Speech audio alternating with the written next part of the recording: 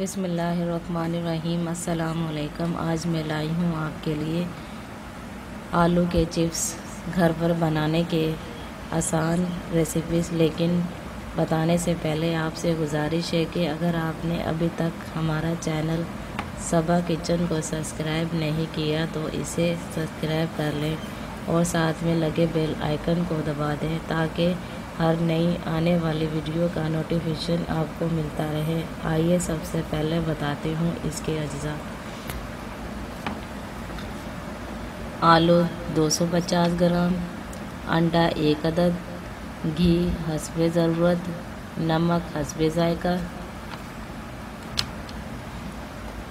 अब मैं बनाने का तरतीब बताती हूँ।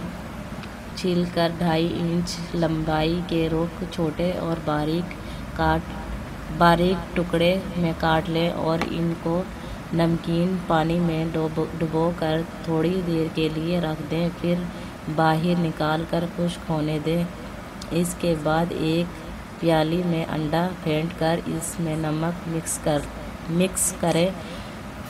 फिर कढ़ाई में घी डालकर चूल्हे पर रखें और जब घी उबलने लगे तो आलू के टुकड़े फेंटे हुए अंडे में डुबोकर घी में डालकर तलें। 2 मिनट तलने के बाद छलनी से बाहर निकालें और नीम गर्म हालत में बच्चों को खिलाइए।